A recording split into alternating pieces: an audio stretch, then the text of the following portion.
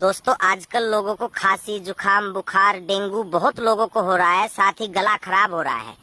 उसको ठीक करने के लिए और उससे बचने के लिए बहुत ही अच्छे हैं अमरूद के पत्ते।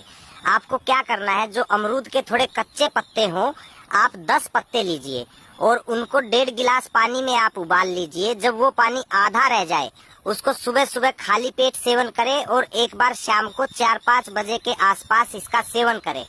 जिसको भी खांसी जुकाम बुखार गला खराब है या डेंगू हो गया, प्लेटलेट कम हो गया है, ये उनके लिए बहुत ही अच्छा है, एकदम रामबाण का कार्य करेगा।